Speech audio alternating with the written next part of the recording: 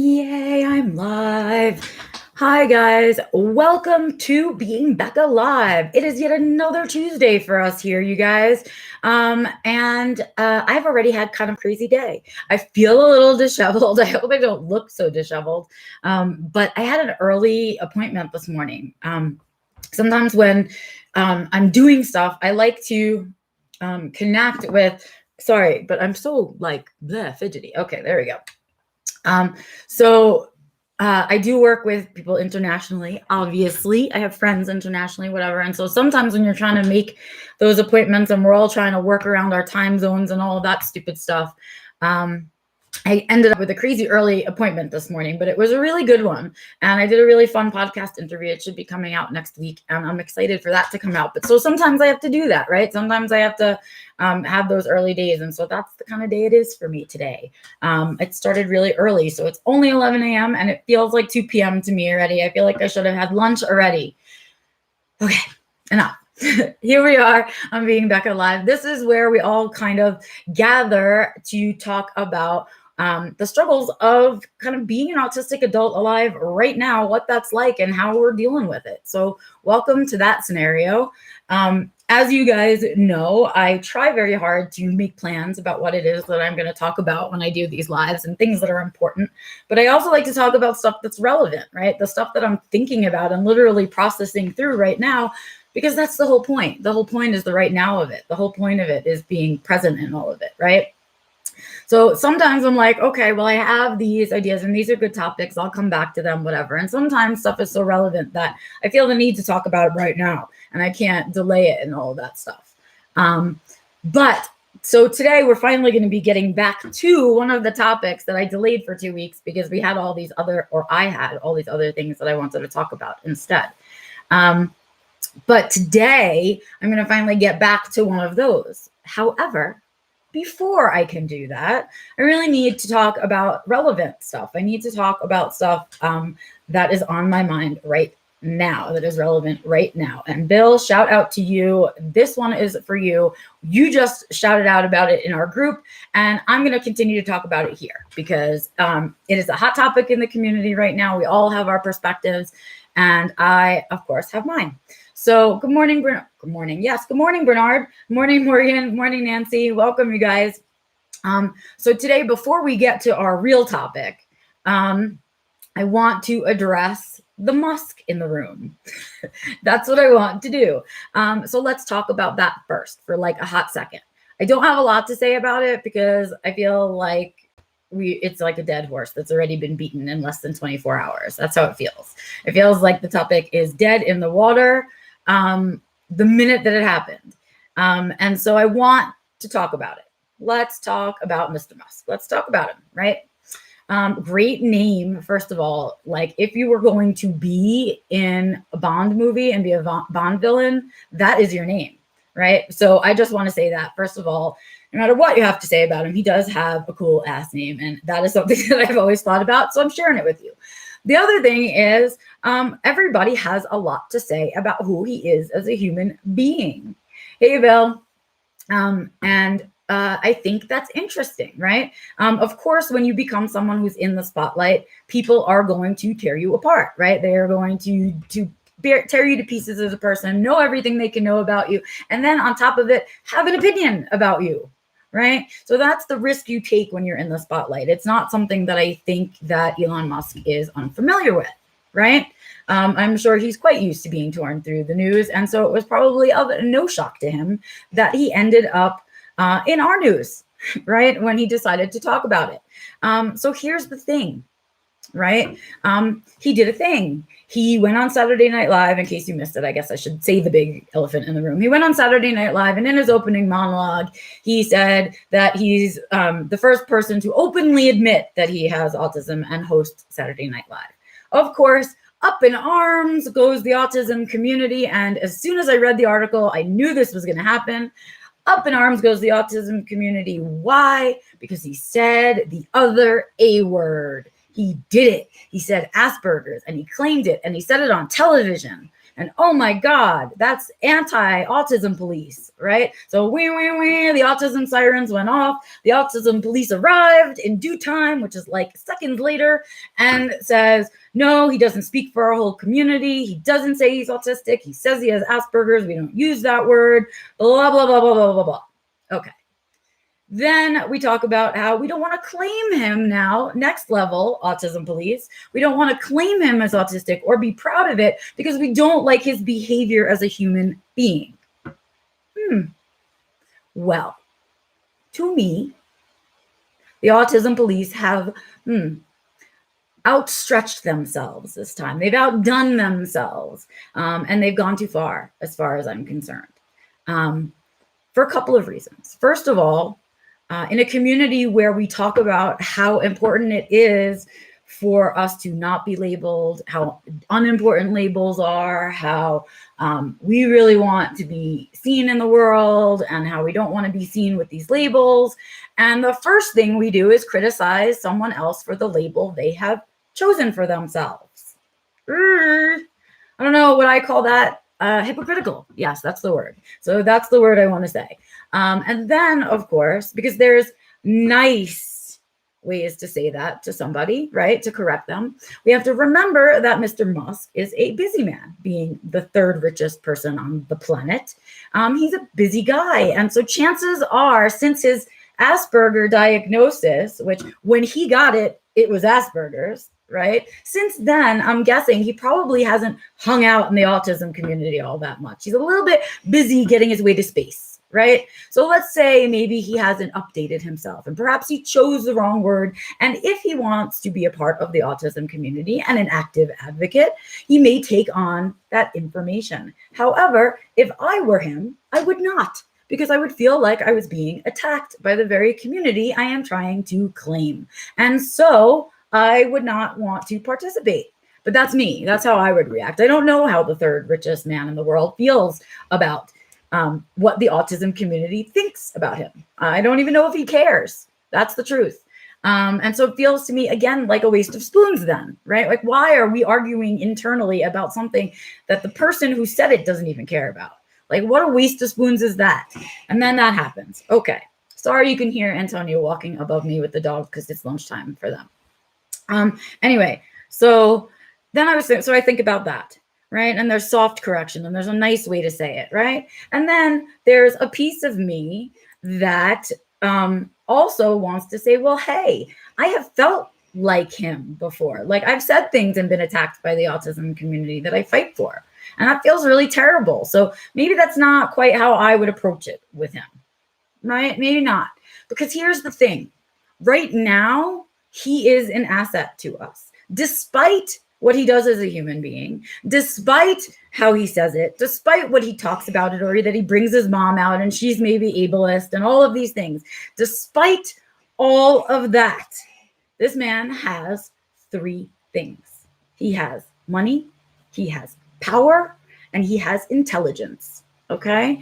And whether or not you want to claim him as a proud member of the autism community or not, to the world, what he represents is a person who has autism that is also the third richest person in the world and got to space by himself. Okay. So let's just rein it in a little bit, because I want us to think about it for a minute. Okay, I want us to think about what that means right now, because he's drawn the spotlight to himself.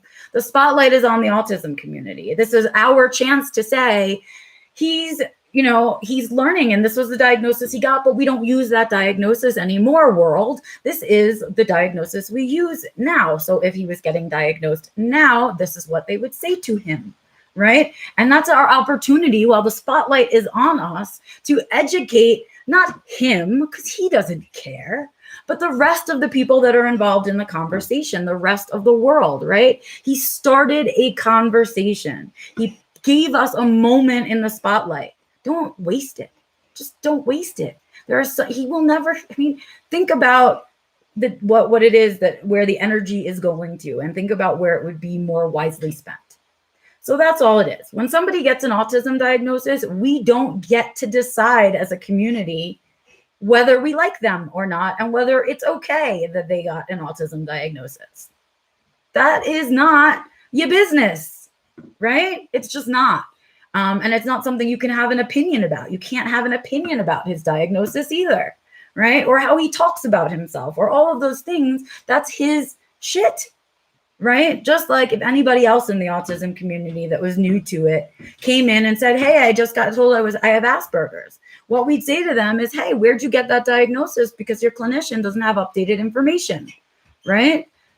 Okay. Got that out of my system. Thank you guys for giving me 10 minutes to say all that so I don't have to spend 4 hours on the internet writing it down to 10 million people, right? Because here's the deal, that's a waste of spoons, right? So what we should be saying is, hooray, people who have fame, power, intelligence, and prestige are claiming their diagnosis.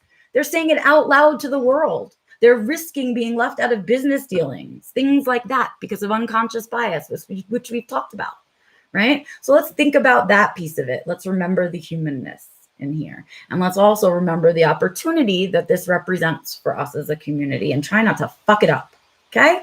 That's it. I'm done. All right, let me catch up. What did you guys say to me? Drama. I tend to scroll past it. Yes, Joe, I agree. I do too. I try.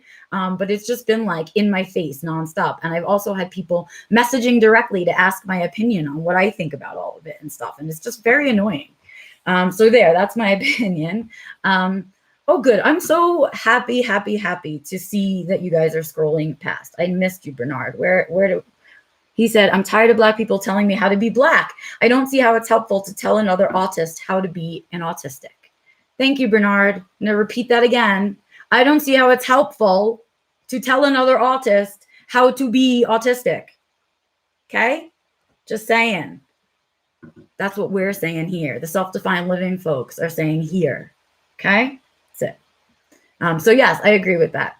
It's no one else's place to claim him, Nancy says, as one of us. He just is. That's correct. You don't have to like all the autistics in the world, but they're still there, right? He's still just as autistic as the ones you like. Sorry.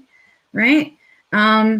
Anyway, so Elon should pay for a private session with me. I will give him all he needs to be out there in the world as an advocate. So Elon, if this video gets to you, you have the coolest name. I'm just going to say it one more time. You know it. You go to sleep at night going, my name is so cool.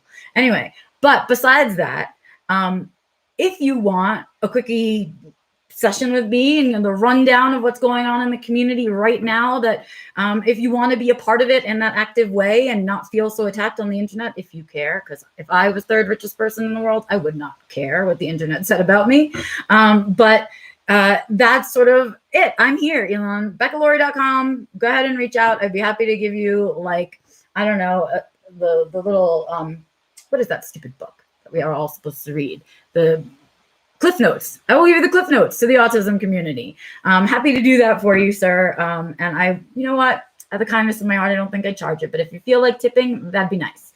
Okay, so let's move on from the Musk in the room and let's talk about what I really want to talk about here today. And I'm glad that I paired it with this because I don't know how long I can talk about it, but I want to talk about it. So I don't know. I'm going to have to title this video like half this and half that. So what I want to talk about today is body dysmorphia. And that's something that I don't know if a lot of you have heard about. I don't know if it's a term that you know. So I'm just going to talk about it a little bit. So body dysmorphia is when you have an inaccurate view of how you look on the outside, how you see your outside self versus how the world sees you. You have an inaccurate view of that. And it usually creates a lot of anxiety, a lot of paranoia. And oftentimes something like body dysmorphia, it can be a piece of a puzzle that leads to an eating disorder, right? So people look in the mirror, they continue to think that they're fat. And that's an inaccurate view of how they look in reality, right? And that body dysmorphia, right, that creates the need to be dieting and watching our food and all of that. That is something I want to talk about because it is something that I struggle with a lot. There's a couple of reasons for it. And I think it's something that autistics struggle with a lot. And I don't think that it necessarily always leads for us into an eating disorder, because it isn't always about being fat. Sometimes it's about the way that our face looks, or the expressions that we're making, or our hair, or any number of other things that we decide to focus on, right? Because we are always scrutinized when we're out in the world, right? Our behavior, our thoughts, the way we say it, the way we do it, all of that stuff. And when you are constantly scrutinized about those things, you can't help but scrutinize yourself beforehand in order to kind of avoid other people having things to pick on you for. For me, I know that my body dysmorphia is a mix of the autism and a couple of incidents, trauma incidents that happened to me as a kid. And so I, as a woman growing up in America, the push for us to look perfect, the push for us to be thin, the push for us to fit into a certain size pants when that's not even the size pants they really are, because they're really a size smaller, because that's how they build them, right? And that kind of stuff. So it's a really big deal as an autistic woman to want to also mask in that way, to fit into those societal ideals of what is pretty, what is beautiful, what is all of those things, right? What is attractive. So I think it's easy for us to fall into that. And I don't want to make it a gender thing, because I think it's just as easy for it to happen to our men. And sometimes it's not about, again, the weight necessarily. Body dysmorphia can be about all of the parts of your body, not just weight in particular, right? So some people can be really obsessive about the shape of their eyebrows, or the shape of their face, or the length of their hair, or any number of other things. And so for me, it is a weight thing. For me, it is definitely thinking that I'm larger and appear larger than I might actually be. And some of it is about my autism and not having that sense of body, right? And so we talk about that in like why we need proprioception, because we don't have a sense of our bodies ending and beginning and things like that. And so for me, the body dysmorphia is that, because I don't really see my body accurately, and I feel my body inaccurately too, right? So I definitely feel inside heavier sometimes than what I actually appear, right? And that's a carrying feeling. And what I've realized recently, and here's the crux of it, right? The crux of it for me is that I realized recently some of that, so I thought that the reason that I had struggles around food for a really long time was about this weight piece. But come to find out, I have autism, and it really wasn't about the weight necessarily, but also about the sensory experience of eating and what it is that I enjoy, the taste of, the feeling of, all of those things. So as I got my diagnosis, I sort of started to ease up on the restrictive eating and looking at it more from restrictive eating because of sensory things, right? Not necessarily about the body dysmorphia, because they felt separate to me. And then I had this enlightening moment, and it happened to me like 3 weeks ago, because I was going to talk about it like 3 weeks ago.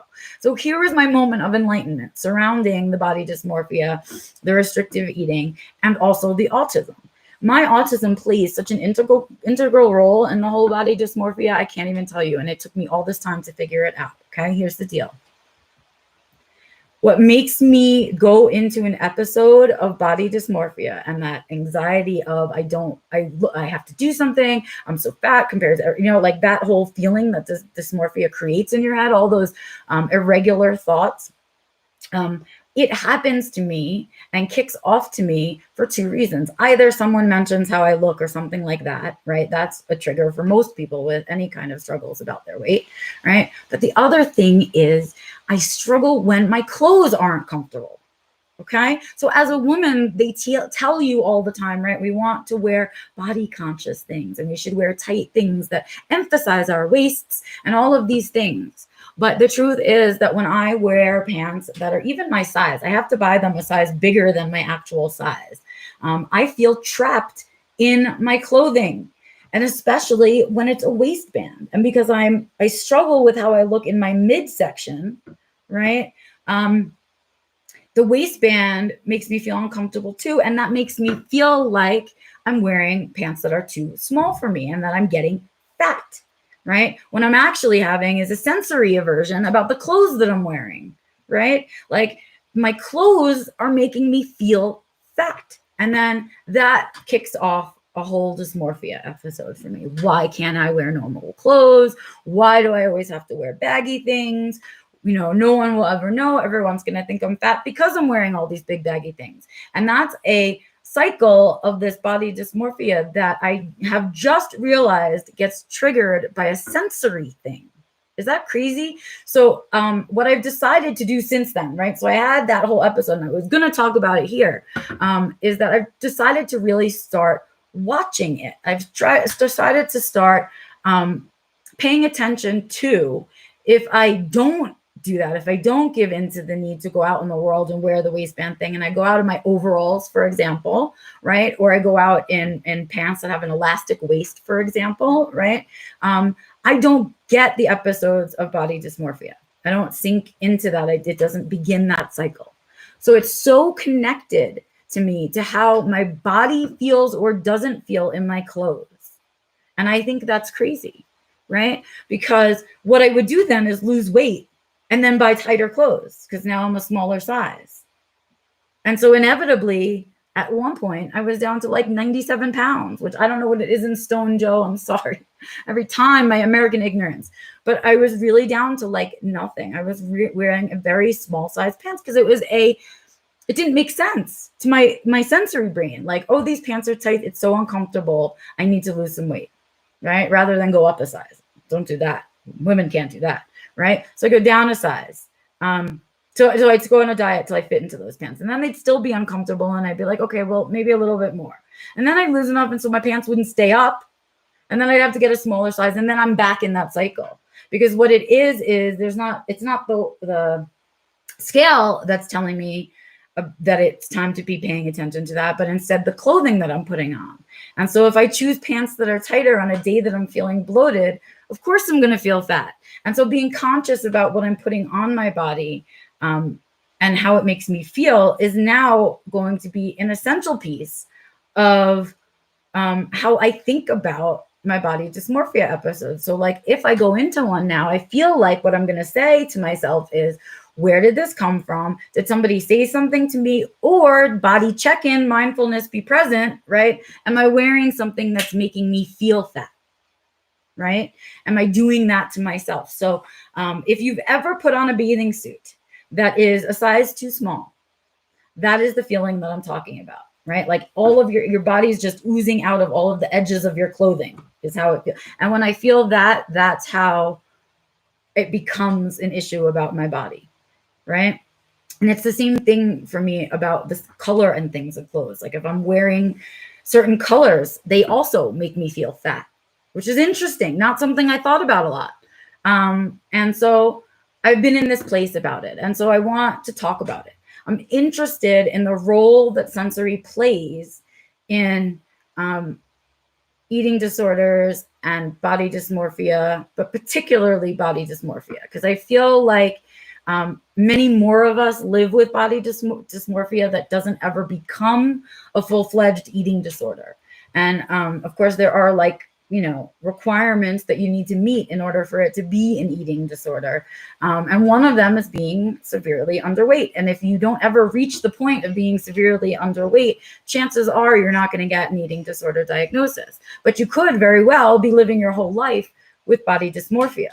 Right? That just never gets past that. And body dysmorphia is extremely uncomfortable. It feels like you don't belong in the body you're in a sense, and it can be temporary, right? And so when we hear it talked about actually a lot when we talk about transgender folks and them having body dysmorphia, right? About the parts that they were born with, right? That they don't feel like they fit. And this is a similar feeling. Like I feel like inside here is this little tiny 5-foot skinny nothing that I used to be, but then on the outside, that's not what I look like. And that doesn't vibe with my identity. And so that the mismatch of my identity and what I look like on the outside is always something that I've struggled with. But I know for sure now that these big episodes that I'm still having are absolutely triggered by clothes. And so I need to find a solution. I need to find a solution, an alternative for waistbands, an alternative for, like, honestly, when's the next time I'm going to wear a pair of jeans? I don't know. And maybe I shouldn't ever. Maybe that's the story. Maybe I shouldn't ever. Maybe if I don't do that to myself, right, I don't have to have those episodes. And so that's where I'm at with it, because for me, I've now identified this trigger that I had never really realized before.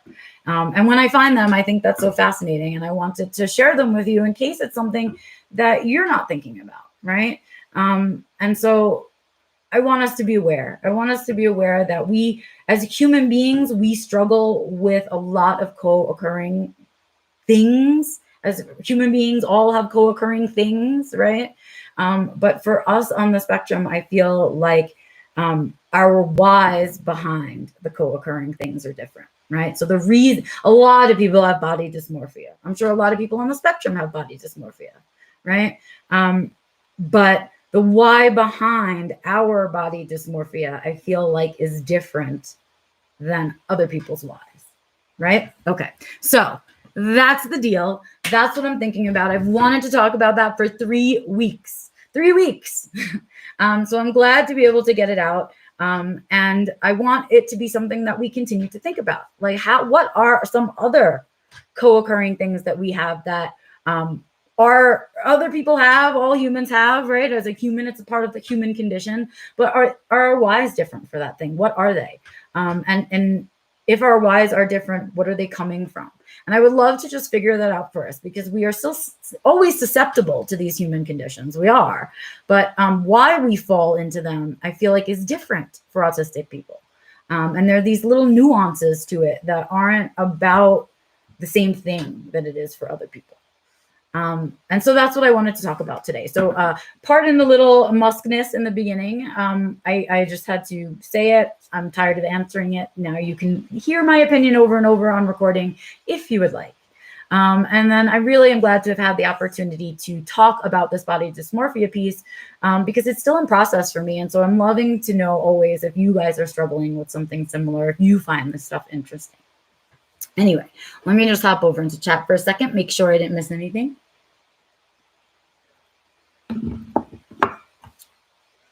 Tight clothes are the worst. Really soft leggings, some people are wearing. Oh, Joe says, I hear you so much on this. Another reason I hate clothes shopping. Yes. And because when clothes feel bad, when you put them on or they're the wrong size, and it happens over and over and over again. Okay. Yeah, I hate trying clothes on too. I love online shopping. Send it to me. I will try it on in my house. If it doesn't fit me, I will send it back. That is how I do my shopping now, because I can't tolerate the other stuff, because there's, even in the dressing room, there's other sensory stuff that's in play at that moment on top of the sensory of trying on clothes. Okay. Anyway, so I'm finding this whole topic. So clothes are definitely a sensory thing. Tight clothes are too confining, says Nancy. So we all seem to feel pretty similar about that. And so that's an interesting thing for me. Let's see. Bernard says, I've always been obsessed over my body, but people always ask me why my voice is so high. I don't think it matters anymore, but I used to obsess. I can't listen to recordings of myself. So interesting, right? A lot of people can't listen to recordings of themselves, right? Because that's another version. Like it sounds to you differently from an outside source than how you hear yourself in your head. Right. And it's such a weird thing. Same thing when you go to take a picture of yourself. You never look in that picture the way you think you look in your head. Right. And that messed with me so much. It just messes with me. And so interesting. Just interesting. I'm curious what your guys' experiences are, as always. But I think that's going to be it for me today here on Being Becca Live. Thanks so much for joining me, as always. If you want to comment about this topic or the other topic, you can go ahead and leave a comment wherever you're watching this video. Or, of course, you can email them directly to me at info@beccalaurie.com. And that's LORY.com. While you are there, you can also use, then you can head to my website, right? beccalaurie.com, LORY.com. And there you can use the contact form, which will also come directly to me. And while you're there, you can sign up for the free newsletter, check out the Ko-Fi stuff that I have going on, the Redbubble store, the course, of course, the seminars, which the next seminar is going to be next week. It is May 18th, and that is going to be Simplifying Self-Care. Registration is open now. Head to my website to get in on that. And then what else? I guess that's it. So I will see you on Sunday. I'll be back with Growing Gratitude on Sunday, of course. And then I'll be back next Tuesday with the next Being Becca Live. Until then, you guys, I will see you out and about in the interwebs. Please know that I appreciate your thumbs up and thumbs down to let me know whether you like this video and you like the content and I should keep going. I really appreciate it. And I also appreciate your shares. If you think these videos are interesting and you want other people to get into them, please share them. I do appreciate that as well. Thank you guys so much. And I will see you out there. Have a good one, you guys.